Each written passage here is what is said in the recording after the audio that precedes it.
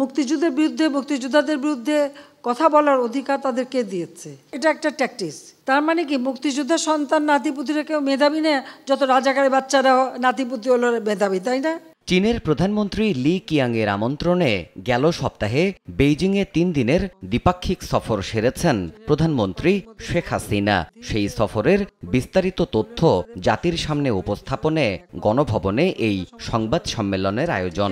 সহায়তার কথা উল্লেখ করেন। শুরুতেই লিখিত বক্তব্যে সরকার প্রধান তুলে ধরেন সফরের চুম্বক অংশ, জানান সফল হয়েছে সফর। তারা আমাদের বিরাট অফার দিচ্ছে, এটা ঠিক, কিন্তু নেবার সময় আমাকে এই হিসাবটা করে আমাকে নিতে হবে।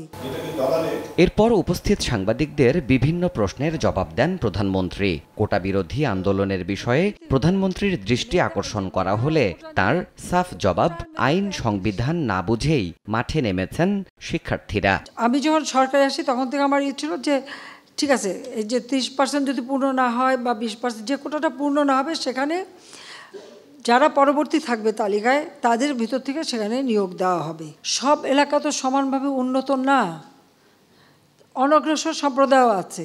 মুক্তিযোদ্ধারা খুব ধরলো, তারা মামলা করলো। মামলা করার পরে কোর্ট, উচ্চ আদালত কোনো রায় দেয় বা কোর্টের যখন কোনো রায় হয়, সন্দেহ সেই রায়ের বিরুদ্ধে এক্সিকিউটিভ অথরিটির এখন এই মুহূর্তে তো আমাদের কিছু করার নেই, কারণ কোর্টেরটা কোর্টেই সমাধান করতে হবে। মুক্তিযোদ্ধার বিরুদ্ধে এত ক্ষোভ কেন? আর মুক্তিযোদ্ধাদের বিরুদ্ধে কথা বলার অধিকার তাদেরকে দিয়েছে। কোটা আর মেধা তো এক জিনিস না। তো এইখানে দ্বন্দ্বটা সৃষ্টি করে, এটা একটা ট্যাকটিস।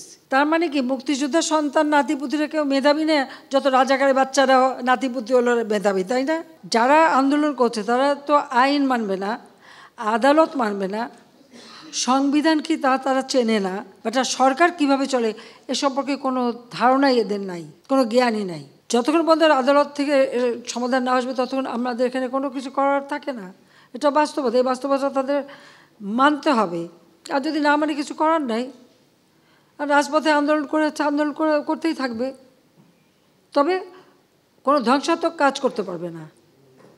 যতক্ষণ তারা শান্তিপূর্ণভাবে করে যাচ্ছে কেউ কিছু বলছে না। কিন্তু এর বাইরে যখন কিছু করবে, পুলিশের গায়ে হাত দেওয়া বা পুলিশের গাড়ি ভাঙা বা এভাবে আক্রমণ, এগুলি যদি করতে যায় তাহলে তখন তো আইন তার আপন গতিতে চলবে। এখানে আমাদের কোনো কিছু করার নেই। সংবাদ সম্মেলনে সাম্প্রতিক ঘটনা হিসেবে ওঠে প্রশ্ন ফাঁস এবং দুর্নীতির ইস্যু।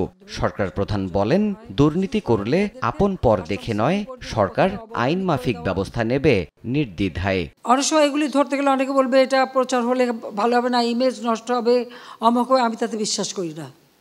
কিসের ইমেজ নষ্ট হবে? অন্যায় বা অবিচার যেটা করবে তাকে আমি ধরবই।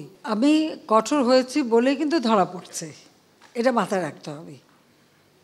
এর আগে কখনো কেউ ওইভাবে দুর্নীতির বিরুদ্ধে অভিযান করেনি। এখন আমরা এর বিরুদ্ধে ব্যবস্থা নিচ্ছি, আর যে ব্যবস্থা অব্যাহত থাকবেই, এখানে তো আর কোনো দ্বিধা নেই। হাত যখন দিয়েছি আমি ছাড়বো না, যেখানেই হোক যেই হোক, আমার কে বদমাশে আমি কেয়ার করি না।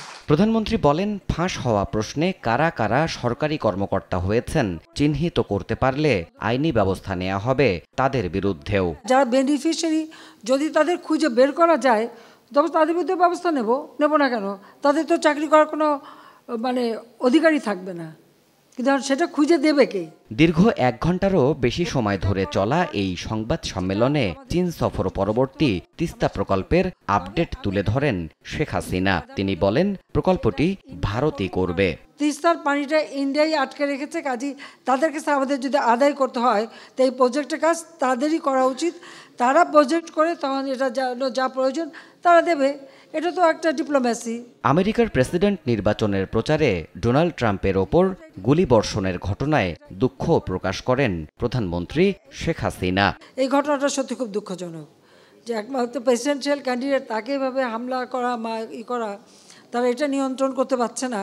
দেবাশিস রায়, সময় সংবাদ, ঢাকা। আর আছে কিছু আছে যে